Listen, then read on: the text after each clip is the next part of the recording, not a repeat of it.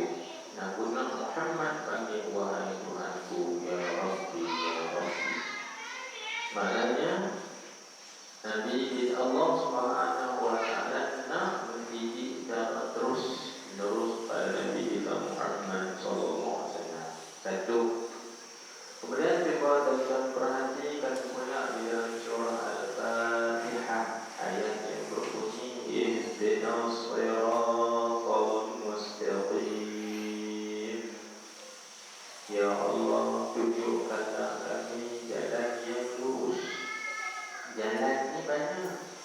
Ada jalan kanan, ada jalan kiri, ada depan belakang. Kita nak jalan lurus. Jadi tujuan, kalau kita nak tahu jalan yang lurus, tak dapat tidak, kita kena tanya orang. Kita kena tanya orang, tunjukkan saya jalan yang lurus. Kalau kita tak tanya orang, kita nak suruh siapa tunjuk jalan yang lurus. Dengan contoh misalnya, tak pernah datang ke Darul Hidayah. Kalau kita malas nak tanya orang, sama apa Darul Hidayah, komplek pendidikan Islam Darul Hidayah, pakai kayu kuatnya. Maka demikianlah jalan nak menuju Allah, jalan nak menuju redha Allah juga kita kena tanya kepada orang yang mengenal elok-elok jalan tersebut. Siapa orang yang mengenal?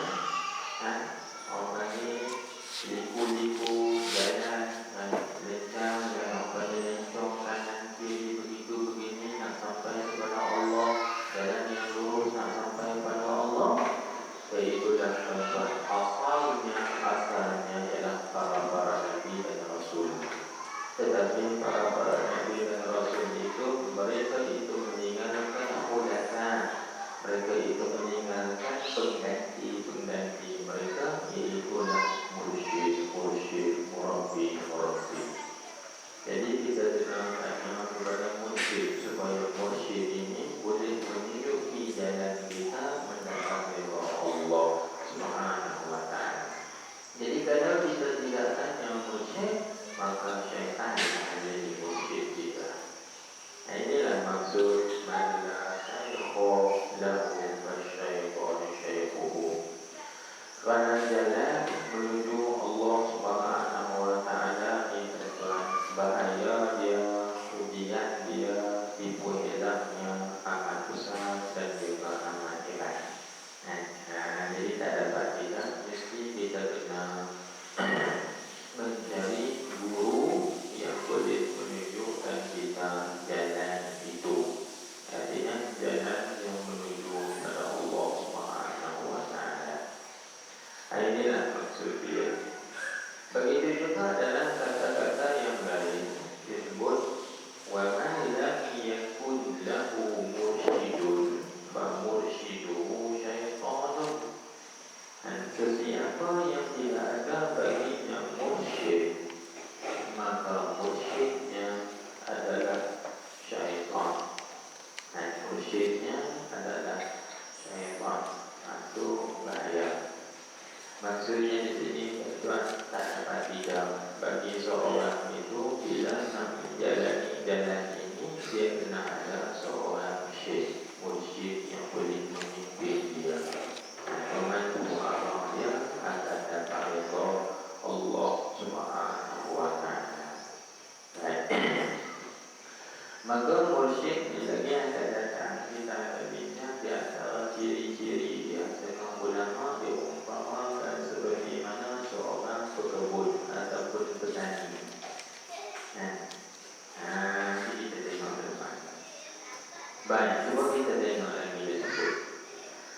Dan berkata Al-Qayyibi rahimahullah ta'ala, la yanbaghi lil'alimi walau tabahhara fil ilmi hatta sara wahida zamanihi an yaqna'a bima 'alimahu.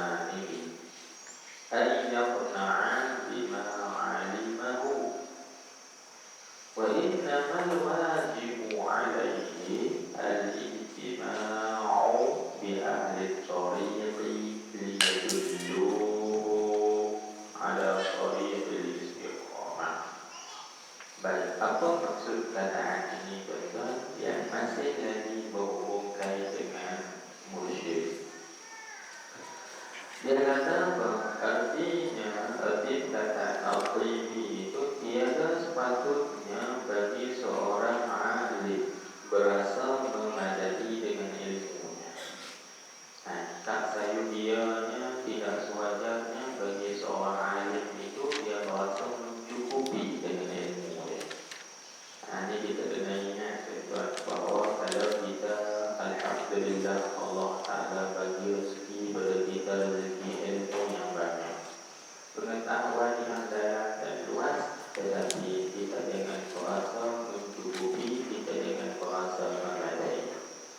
Kerana seorang itu apabila dia sudah merasa mencukupi dan memadai dengan ilmunya tanpa perlu topak dan tambah lagi, sebenarnya itulah kejahilannya. Dan itulah kejahilannya. Bagaimana diriwayatkan bahawa man qala ana alimun fahuwa jahilun. Jadi sesiapa yang berkata aku alim kan, maka dia jahil.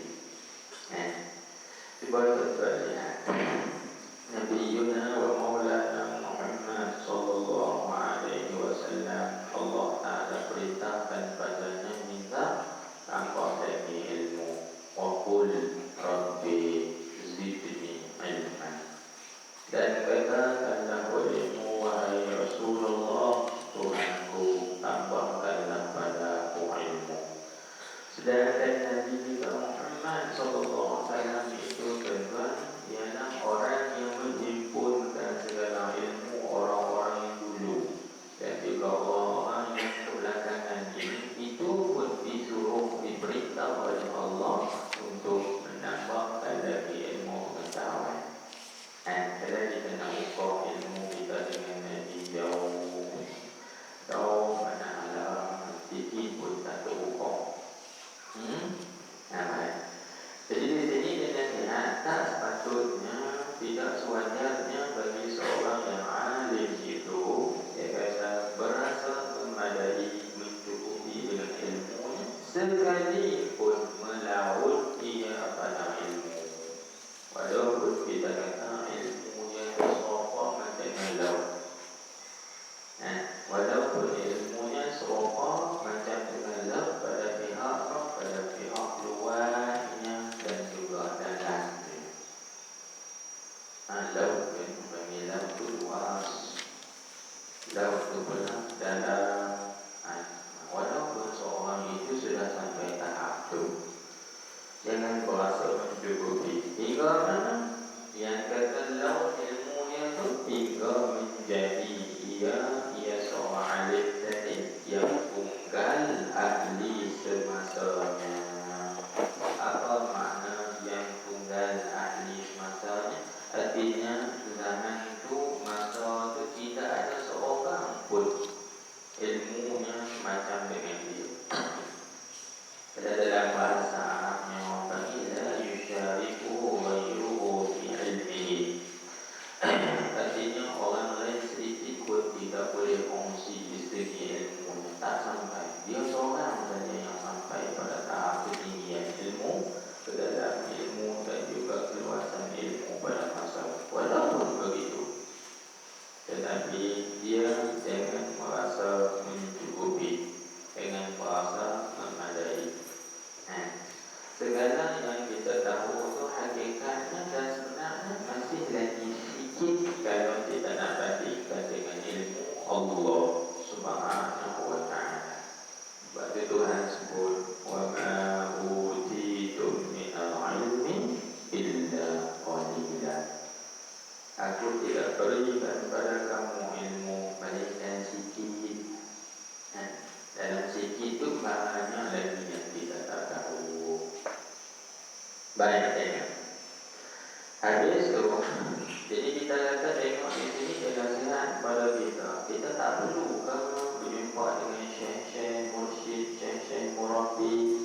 Dan orang yang walaupun tinggi dan luas ilmunya, maka menjadi kewajiban di atas dia